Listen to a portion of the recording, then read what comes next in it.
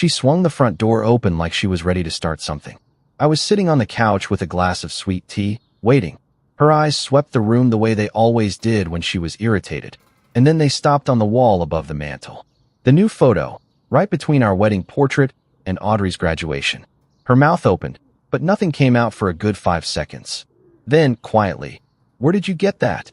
I should back up to Tuesday, the day I accidentally photographed my own marriage falling apart. I'm a real estate appraiser. Have been for 22 years, most of them here in the suburbs south of Charlotte. The job is simple. I show up, I measure, I photograph everything, and I write a report that tells a bank how much a property is worth. That Tuesday morning, I had a standard assignment.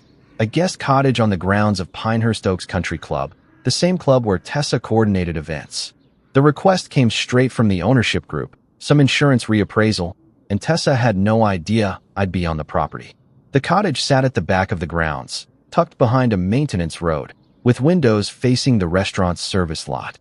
I walked through each room doing what I always do, shooting the layout, the fixtures, the views from every window. One frame caught the service lot, a row of staff vehicles, a dumpster enclosure, nothing remarkable. I finished the walkthrough in about 40 minutes, locked up, and drove home to start the report. That evening I was at my desk cropping photos when I zoomed in on that service lot shot. And right there, parked 3 spaces from the kitchen entrance, was a white Toyota Camry with a plate number I'd been reading for the last 19 years. Tessa had told me that morning she'd be off-site all day, meeting a florist supplier out near Mooresville, a good 40 minutes north. No reason to be at the club at all. Yet her Camry was sitting on the restaurant's service lot at 11:14 a.m., timestamped right in my camera metadata. And parked next to it, close enough that the mirrors almost touched, was a black and chrome motorcycle. Now, one photo doesn't prove anything by itself. Could have been a schedule change she forgot to mention. Could have been a quick stop on her way out of town. I sat with that for maybe 10 minutes, turning it over, and then I did something I hadn't thought to do in years. I opened the archive folder from last month's job at the club, the gazebo reappraisal near the golf course. Different angle, different day, but one of the long shots caught the same service lot in the background. I dragged the image into my editing software and zoomed in until the pixels started breaking apart. White Camry. Same plate. Same motorcycle beside it. Same spot. A Tuesday in March, and I checked my texts from that week. Tessa had told me she was visiting a venue in Gastonia. 45 minutes in the opposite direction from the club. 2 photos. 2 dates a month apart. 2 lies about where she was, and the same motorcycle parked next to her car both times. The club's website gave me the rest in about 30 seconds. Under the restaurant page, there was a staff section with a photo of the head chef standing next to his prized motorcycle. A guy named Patrick Callahan, 51, divorced, been running that kitchen for 6 years. I'd actually met him once at a club holiday party, shook his hand while Tessa introduced us. She'd called him the chef everyone fights over for private dinners. I remember thinking he seemed like the kind of guy who enjoyed that reputation a little too much.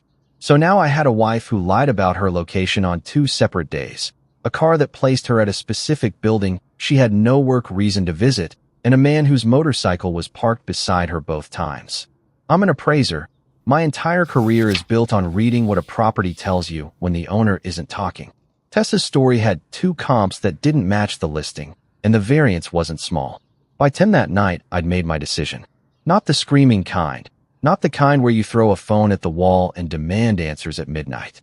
The kind where you open a fresh folder on your desktop, label it with the date, and start making a list.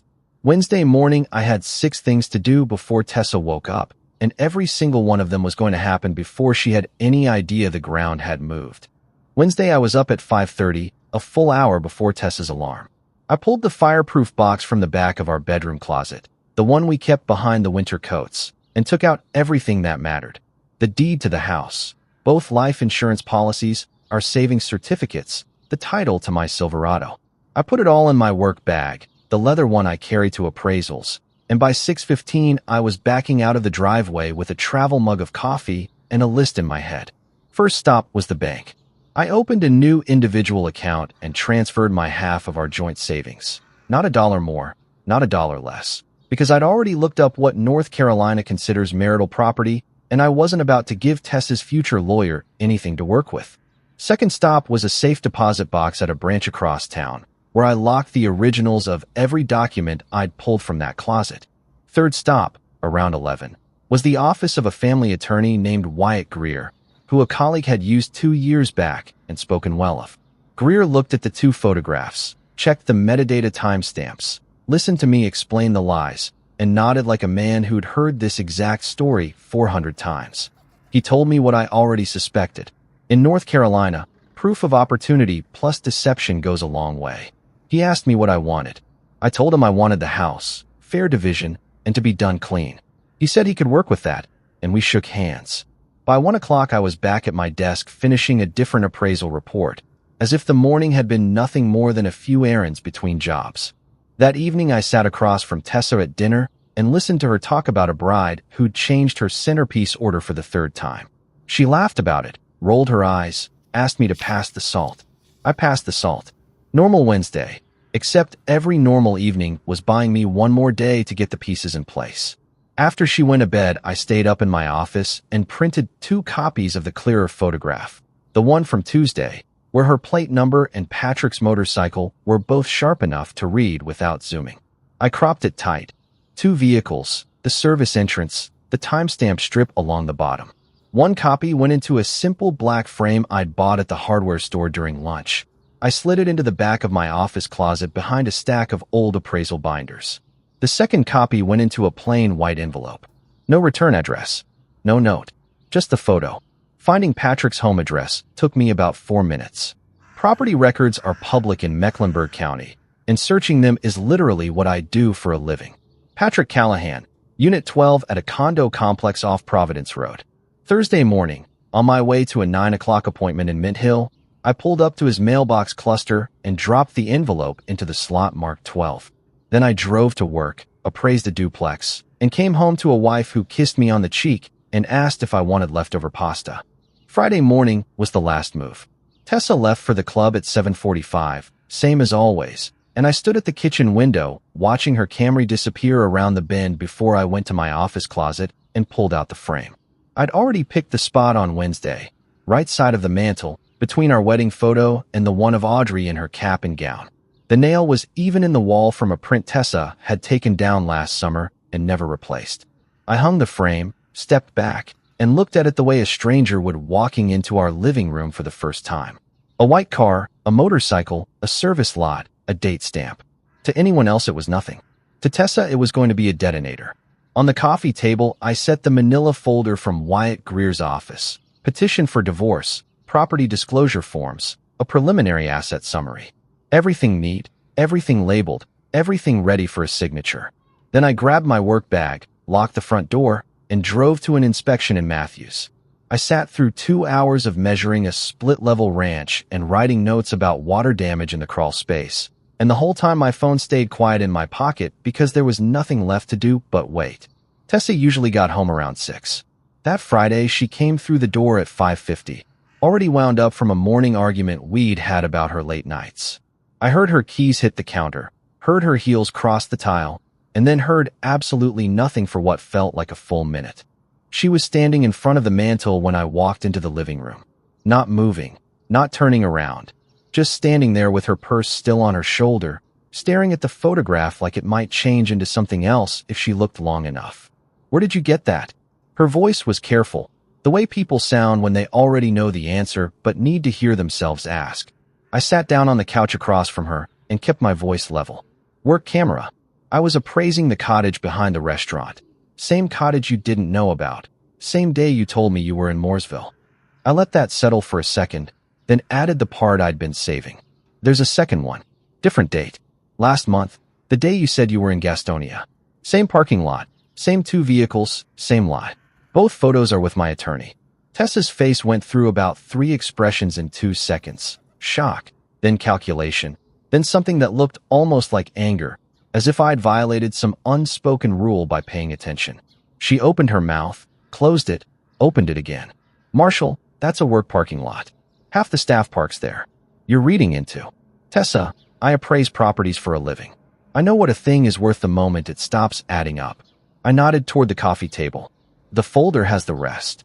She looked down at the manila folder, read the tab label, Greer and Associates, family law, and her shoulders dropped about 2 inches.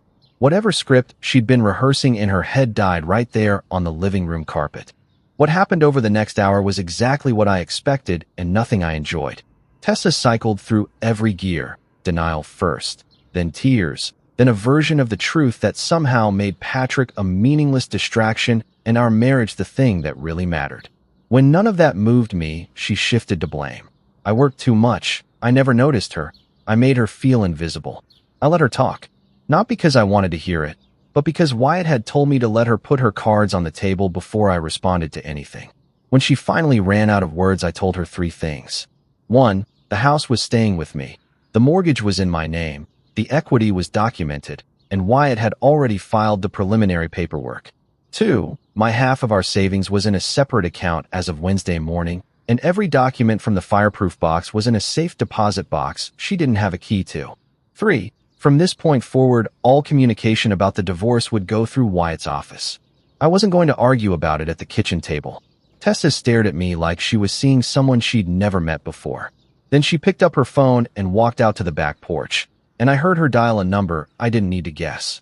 The call to Patrick lasted less than 3 minutes. I could hear her voice through the screen door, urgent at first, then confused, then almost pleading. When she came back inside, her face had changed. Patrick had been rattled even before she called. He'd received an unmarked envelope that same day, a photograph of his motorcycle parked next to her Camry. No note, no sender. He'd spent the afternoon wondering who'd sent it, whether management had seen it, whether his job was already compromised. By the time Tessa dialed, he'd already decided this was a situation he needed distance from, and fast. Over the next 2 weeks, the rest of it unraveled the way these things do when one side has a plan and the other side has a panic. Tessa started showing up at the club restaurant during Patrick's shifts, trying to talk to him through the service entrance, leaving notes with the hostess. The general manager noticed and pulled Patrick in for a conversation. Patrick handed in his resignation the following Monday, didn't fight it, didn't negotiate, just packed his knives and left Charlotte within the month. Whatever Tessa thought, they didn't survive the first real pressure test. Audrey drove down from Raleigh the next weekend. I sat her down at the kitchen table and told her the short version. Her mother had been seeing someone at the club. I'd found out through my work, and I'd filed for divorce. No dramatics, no editorializing, just the facts and the timeline. Audrey called her mother that same afternoon, wanting to hear the other side. What she got back was denial, deflection, and a suggestion that I was exaggerating over a few friendly lunches. Audrey didn't call again for 3 weeks, and when she came home for spring break, she slept in her old room at my house. Tessa moved in with her sister in Huntersville about 10 days after that Friday. She tried reaching me twice through mutual friends, once through Dave Kepler, who I play golf with, and once through her cousin's husband, who barely knew me well enough to feel comfortable making the call. Both times I gave the same answer. Anything she needed to say could go through Wyatt Greer's office, and I meant it.